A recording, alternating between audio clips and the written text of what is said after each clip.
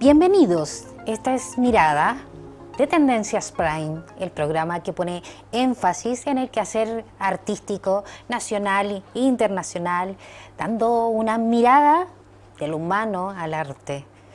Hoy nos acompaña Pedro Pablo Segers, director de la Biblioteca Nacional. Bienvenido, Pedro Pablo. No, muchas gracias a ustedes por la invitación, un placer estar aquí. Bueno, tenemos mucho de qué hablar, Pedro Pablo. Tenemos que hablar de tu cargo en la biblioteca, tu importante cargo en la biblioteca, de la remodelación y de estos nuevos aires que tiene la Biblioteca Nacional y de una labor preciosa que tienes el honor de realizar, que es haber sido el custodio de la obra de nuestra gran Gabriela Mistral. Voy a partir por lo humano. ¿Qué significa estar a cargo de este tremendo monumento cultural que es la Biblioteca Nacional, Pedro Pablo? Bueno, la verdad es que el honrado soy yo. O sea, para mí es un honor estar a cargo de una institución tan noble y tan republicana como la Biblioteca Nacional. Estamos hablando de una institución que tiene más de 200 años de vida.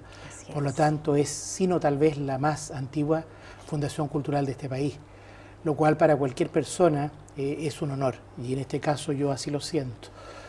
Por otro lado, este cargo también lo tengo porque de alguna manera he estado vinculado a lo que fue la ex Dirección de Bibliotecas, Archivos y Museos, hoy día el actual Servicio Nacional del Patrimonio Cultural, con la nueva internacionalidad ya instalada con el Ministerio de las Culturas, las Artes y el Patrimonio. Por lo tanto, es una carrera que yo he venido haciendo desde hace ya casi 40 años, no es algo nuevo. Mira, mi primer cargo en esa antigua institución fue ser director del Museo Gabriela Mistral de Vicuña, en el Valle del Elqui. Sí. Y ahí es de donde proviene mi vocación mistraliana, o mi pasión mistraliana, o mi obsesión mistraliana, como quieran llamarlo ustedes. Que es prácticamente lo mismo. Y de alguna manera ha sido un recorrido, ¿no es cierto?, de varios años hasta llegar al cargo que tengo hoy día. Por lo tanto, me ha tocado ser director de museo, director de archivo, y de alguna manera estoy consolidando mi carrera o terminando mi carrera, por así decirlo, como director de la Biblioteca Nacional, lo cual para cualquier persona que trabaje en el ámbito o el mundo de la cultura es un tremendo honor, y así lo siento yo. Sin duda. Pedro Pablo, has escrito, además de la obra de Gabriela, te tocó estar junto a su patrimonio, a todo este legado de nuestra Gabriela en Estados Unidos. Sí, así es. Y cuéntame qué emociones trajo para ti esa recepción de este legado precioso. Bueno, la verdad es que fue un impacto muy grande porque, como decía recién, yo fui director de su museo en el Valle del Elqui en la década del 80, es decir, del año 80 al 85 yo estuve en el Valle del Elqui viviendo y fui el director de su museo en el Valle del Elqui. Y su museo era muy precario, había muy poco material, muy pocos manuscritos, muy pocos originales, muy pocas piezas que fueron propiedad de ella. Y en esa época, estamos hablando del año 80, yo anhelaba, decía, qué feliz sería poder tener más material para poder exhibir y mostrar y estudiar y investigar en este museo. Y dio la coincidencia que muchos años después, el año 2007, me toca ir a recibir a mí este material que regresaba a Chile, que era uno de los legados más potentes que tiene un intelectual y que retorna a su país. Claro. Hay que pensar que la documentación de Gabriela Mistral son sobre 100.000 fojas. Estamos hablando de una cantidad tremenda de patrimonio literario, y que está constituido por su obra prosística, sus versos y su correspondencia, así como la correspondencia consular y otros papeles que también eran parte de su mundo público y privado.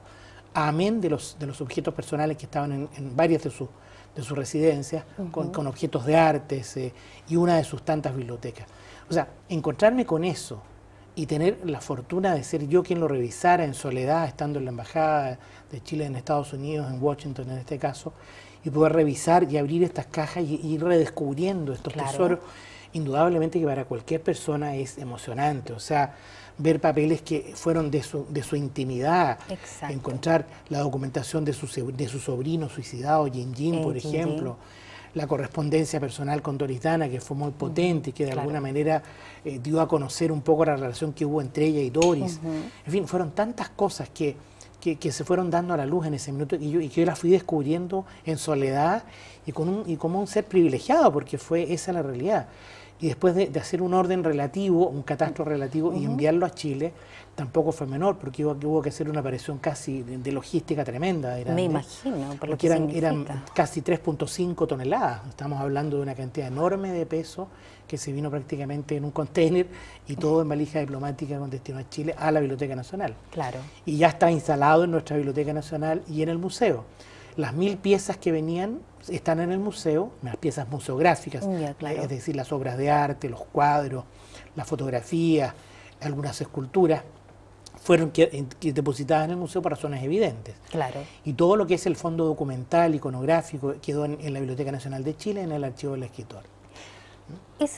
El museo de Gabriela Mistral en el Valle de Elqui, desde el 80 hasta ahora, sufrió también un cambio abismante. Sí, cierto, o sea, no solamente se recepciona, tienes el honor de recepcionar, sino de cambiar esos espacios. Sí, por cierto, el museo, después de que nosotros estuvimos, tuvo una remodelación muy importante. Precioso está ahí. Muy linda, es un museo muy moderno, muy contemporáneo. Y claro, cuando yo llegué a ese museo, dije, bueno, esto no es Gabriela Mistral, porque Gabriela Mistral siempre ha sido para nosotros un personaje de la precariedad, de la pobreza, y ciertamente yo no lo veía en ese lugar. Entonces, ¿por qué ocurrió? Ahí, en ese mismo lugar estaba la casa donde ella nació. Exacto. Que se demolió cuando se construyó este nuevo museo. Entonces, ¿qué hicimos nosotros en ese periodo? Entre el año 81 y 82, hicimos una réplica de la casa natal. Ya, que es la que está al principio. Que es la que está en la entrada, en el acceso del museo. Y eso nos permitió dar una imagen de lo que era la vida en esa época, ambientando una casa, porque afortunadamente logramos rescatar las puertas, las ventanas, que eran las originales de la casa, y hicimos una ambientación de época al interior, lo que le permite al público, de alguna manera, entender cómo era la vida en ese periodo y cuál era la realidad de Gabriela Mistral. Cosa parecida hicimos también con su casa en Monte Grande, en la casa escuela, que es donde ella se pasó algunos años y donde su hermana era profesora en ese colegio en Monte Grande. También hicimos una restauración de esa casa escuela y también hicimos una ambientación de época. Eso fue lo que hicimos nosotros en nuestro periodo del Valle del Elqui.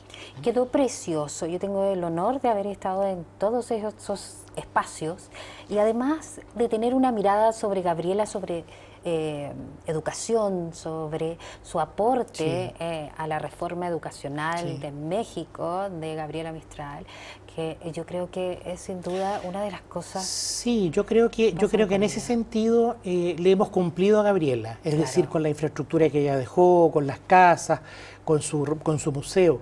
Donde estamos al debe, y eso hay que decirlo claramente, es con la lectura de su obra. Sin duda. Con el reconocimiento de su legado cultural. Sí. Porque Gabriela Mistral es mucho más que las rondas infantiles y las canciones de cuna. Gabriela Mistral es la humanista por excelencia. Sí. Fue un personaje que habló en su momento de lo que era la educación de la mujer, la igualdad entre los sexos, el tema del trabajo, la igualdad en el trabajo, el tema del indigenismo, la integración americana, cultura, en fin, trabajó sobre numerosos temas que hoy día están tan vigentes y que queremos estar inventando la pólvora, y cuando ella los revisó hace muchísimos años atrás.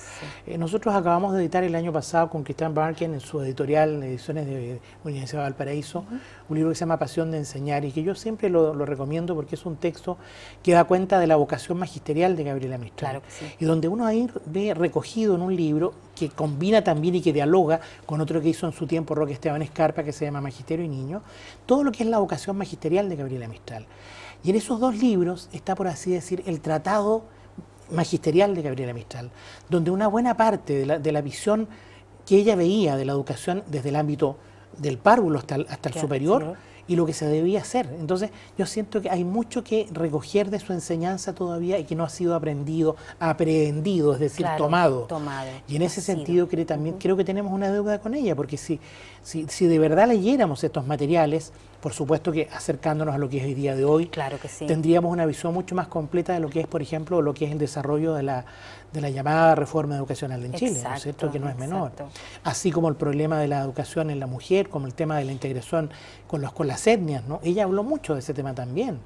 El tema del pueblo mapuche, el tema del norte también le interesaba muchísimo. O sea, son materias que fueron muy propias de su vocación y de su reflexión. Es una Gabriela más bien involucrada, es una Gabriela que tiene una visión humana, que habla sobre múltiples temas. Claro, y nosotros seguimos viéndola como una Gabriela maternal, una Gabriela claro, madre, la maestra típica, la maestra. Que en el fondo, claro, ella parte muy joven, a los 15 años, haciéndose como ayudante de maestra, termina como directora el año 22 y de ahí se va a México a colaborar en la reforma educacional mexicana que ya estaba iniciada por Vasconcelos. Y ahí, saliendo de México, Gabriela Mistral se catapulta a lo que es el mundo internacional. Exacto. Estando en México, el año 22 se publica su primer libro, que es Desolación, y se publica en Estados Unidos. Claro. Por lo tanto, ahí comienza la carrera intelectual internacional de Gabriela Mistral. Entonces, claro, hay mucho que decir de ella. Yo siento que hay mucho que reconocer de ella. Hay que revisitar sus libros, releer sus libros para poder entender a Mistral hoy. Yo siento que es el mejor homenaje que se le puede hacer a ella, leer su obra y difundirla. Claro que sí.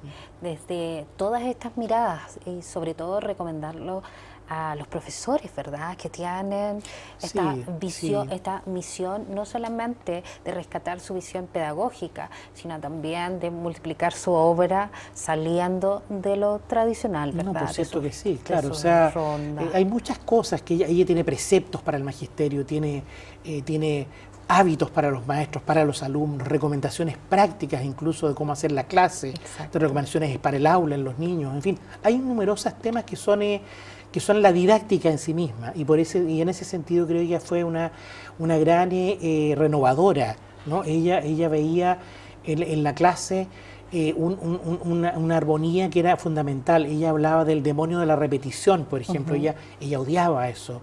Ella pensaba que no había nada peor que el niño viera a escuchar al maestro y que su clase fuera igual al texto. Exacto. Eso no lo podía entender ella. Que son cosas que de verdad son tan evidentes, pero que muchas veces se puede caer en eso, ¿no? Claro que sí. Voluntaria o involuntariamente, pero por cierto que ella tenía estos registros y los iba entregando como consejos, ¿no? Como aportes suyos personales. Sí. Hay que pensar que ella no tuvo ninguna formación. Gabriela Mistral no alcanzó a pasar ni siquiera por la escuela normal. No pudo acceder, no la dejaron entrar. La única oportunidad que tuvo de estar en una escuela normal fueron algunos meses en la Escuela Normal de Santiago, donde dio un curso, por así decir, muy abreviado, que le permitió hacer clases en colegios de tercera categoría, ni siquiera de primera.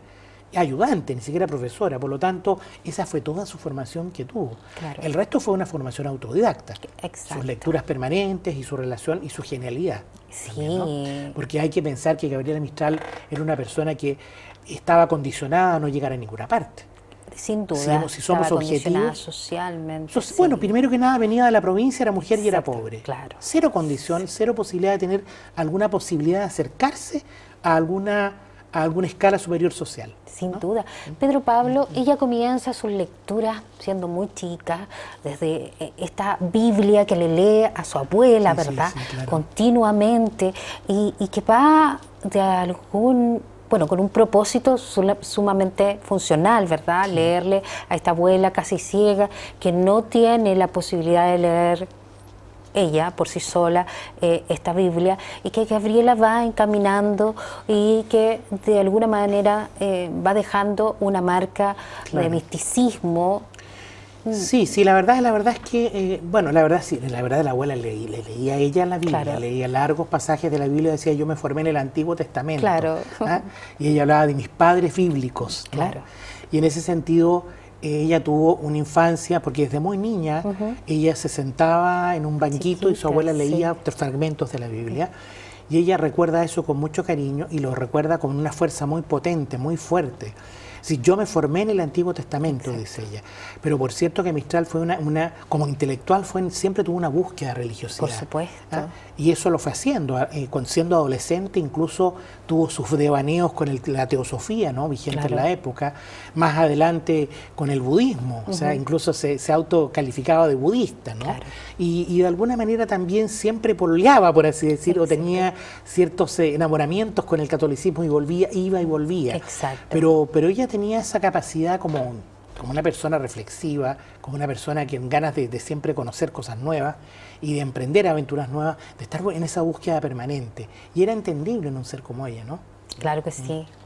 Ahora, dentro de tu labor de ser el primer custodio, antes que nos llegue a nosotros, a Chile, de esa obra, el primer receptor de esa obra. Luego te conviertes en alguien que difunde esta mirada que vas adquiriendo de su obra a través de tus libros. Sí, bueno, la verdad es que yo ya había publicado mucho antes, ¿no? Pero por cierto que afortunadamente o desafortunadamente yo pienso que todavía hace falta más gente que adquiere esta vocación o esta pasión mistraliana, por así decirlo. Yo soy tributario de Gastón Fondenbuch, de Roque Esteban Escarpa, que fueron los viejos mistralianos y que hoy día ya no están con nosotros y a los cuales yo aprovecho de rendir un tributo aquí porque son personas muy olvidadas, muy poco recordadas, pero que por cierto deberíamos hacer un homenaje permanente a ellos, ¿no? Roque formó a muchísima gente en la Universidad Católica, en la Universidad de Chile, fue director de la antigua DIVAM también, ¿no? El impulsor del Museo Gabriela Mistral de Vicuña, fue el promotor de ese museo. Entonces, claro, hay deudas pendientes y nos falta mistraliano, o sea, falta, y nosotros debemos, nuestra responsabilidad es instalar una cadena de relevo, es decir, que llegue más gente a trabajar estos temas, que se motiven. Hay, por cierto, nuevos nombres, pero que quisiéramos que fueran muchos más, ¿no? Aquí también no puedo dejar de nombrar a mi amigo Jaime Quesada, que también lleva toda una vida, igual que yo, Luis Vargas Saavedra, que ya no está en Chile, se fue a Estados Unidos, Elizabeth Horan en Estados Unidos, bueno, y otros más que no recuerdo en este momento, pero son muy pocos los que nos hemos dedicado más de 30 años a eso. ¿No? Están apareciendo nuevas personas que están trabajando en esto y yo espero que sigan, que continúen, porque lo que yo siento es que hay un trabajo muy intermitente en ellos. Yo quisiera que hubiera una continuidad. Una continuidad. Y esa continuidad permite hacer entre los que llamamos especialistas, ¿no? Pero bueno, es un tema personal. Uno no puede provocar la vocación. La vocación nace o se instala de acuerdo a cómo uno la vaya digamos, propagando, ¿no? Sin duda, somos un pueblo que se declara más bien nerudiano, ¿verdad? La imagen de Neruda es muy potente. Pero nuestra Gabriela fue la primera, ¿verdad? Fue la primera en generar este cambio precioso. Sin embargo, yo siento que, al igual que tú, que nos queda una tarea como maestros, ¿verdad? Como difusores en los colegios, desde la vocación de profesora que yo tengo. Tuve la gracia... Bueno, a mí me gustaría, por ejemplo, yo siento, bueno, ella siempre decía que a ella le molestaba muchísimo que solamente la encasillaran por los versos escolares y las rondas, ¿no? Le molestaba bastante. Y además, en una frase ella dice, yo escribí esos trabajos como complemento de aula, es decir, para enseñar mis clases de español o castellano. Esa fue la razón por la cual los hizo. Pero también decía, yo tengo otros trabajos que son mucho más fuertes, que son mucho más potentes. Hay que pensar que en ese periodo, entre el año 12, el 14 hasta el 18, ella estaba armando Desolación. El 12 empieza a escribir, el 14 se publica Los Senatos de la Muerte, y ya estaban trabajando otros trabajos más que iban a constituir ese libro. Ese libro se empieza a escribir en los Andes y se termina en Punta Arenas. Por lo tanto es un proceso largo, ¿no? Y eso significó empezar a ver a la verdadera Gabriela Mistral. Sin duda, es muy potente la poesía de Gabriela, apartada de lo que es...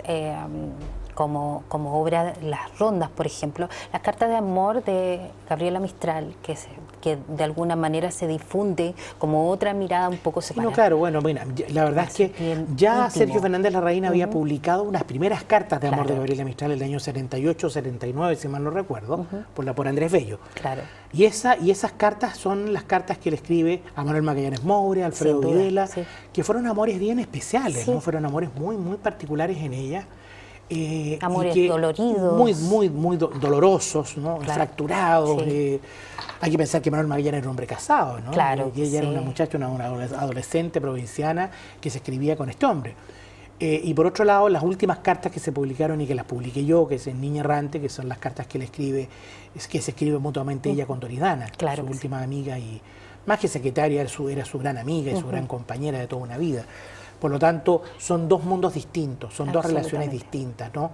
Ahora, cuando aparecen las cartas estas que yo publiqué en Niña Errante, claro, se provocó una trifulca muy grande, se provocó un tremendo lío por esto, porque claro, se estaba muriendo la madre de América, estábamos estábamos de alguna manera bajando al personaje de Bronce y lo poníamos. Pero bueno, es la realidad, era un ser humano que tenía su sensibilidad, que tenía su particular visión de vivir su vida y el mundo y vivir su amor. Exacto, también, ¿no? Exacto. Ahora, las cartas tampoco son cartas pasionales, son cartas muy lindas por lo demás, son cartas de una relación muy potente entre dos personas de un mismo sexo, y eso es todo. Sí. ¿Ah? Pero cuando la gente quiere ver otra cosa es distinta, no hay esa... No van a encontrar ese tipo de relación directa. Que si la hubo, perfecto, la hubo, pero eso es un tema de ellos. Exacto.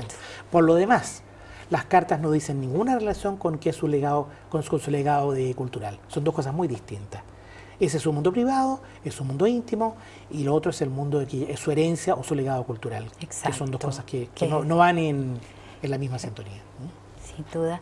Pedro Pablo, yo quiero llevarte a la Biblioteca Nacional y a su rol que tiene en este aporte como espacio. Sí, sí. ¿Está cambiando la Biblioteca Nacional en estos días? Bueno, la biblioteca viene en un permanente cambio de ella desde hace ya muchos años, ¿no? La Biblioteca Nacional tiene una presencia monumental. Exacto. En pleno casco histórico de Santiago. Es un edificio decimonónico que nos trae muchísimos problemas de conservación, por supuesto, de lo que significa mantenerlo. Es complejo todo lo que se hace con respecto al uso de sus espacios y de sus salas. Fue un edificio que fue pensado para la Biblioteca Nacional, pero fue pensado a comienzos del siglo XX. Exacto. Entonces estamos pensando que la biblioteca ya está bastante sobrepasada en sus espacios, ¿no? Yo felicito tu gestión en la dirección de la Biblioteca Nacional. Esos espacios son preciosos. Los estamos reacomodando. Sí, sin duda. Ha cambiado el tema del café literario. Quisiéramos tener más espacios de servicios que de burocracia. Claro. Porque en el fondo la biblioteca es para dar servicios bibliográficos y ofrecer nuevas formas de conocimiento a la gente. Pero afortunadamente nosotros en los últimos 15 años hemos hecho un aporte muy potente al Chile, al continente, al mundo, con las plataformas digitales que tenemos. O sea, hoy día tenemos 3 plataformas que son fundamentales. Tenemos la Biblioteca Nacional Digital de Chile, Memoria Chilena y Chile para Niños. Esas tres instancias promueven alrededor de 6.5 millones de visitas al año, lo cual es tremendo. Claro que sí, y vamos a dejar... Y la visita presencial son 600.000 en el año. En el año. Pedro Pablo Segers, vamos a dejar invitado a nuestros telespectadores, ¿verdad?, de Tendencias Prime, para que siga este programa y tu mirada, esta labor preciosa que tienes con la Biblioteca Nacional y con el legado de Gabriela. ¿Cómo no? Estaremos gustosos de esperarlos y si no van presencialmente, que nos vean a través de la red. Muy bien. Yo despido el programa de hoy agradeciéndote tu tiempo, porque yo sé que estás lleno de cosas, de labores. Para esto siempre hay tiempo. Muchas gracias. Gracias a ustedes. Gracias por la invitación. De nada, y por mostrarnos lo humano de nuestra tremenda Gabriela, ya en el mes del libro. Y mañana es su cumpleaños, ¿no? Su cumpleaños. Mañana cumpliría 129 años, así que no es menor. Así día que 7 de abril. Honradísimos de tenerte aquí, agradecidos, y dejamos encargados a nuestros telespectadores que busquen a Gabriela, que celebremos el cumpleaños de la gran Gabriela visitando su obra. ¿Cómo no? Muchas gracias. Bueno, y nosotros nos despedimos hasta un nuevo programa de Miradas en Tendencias Prime.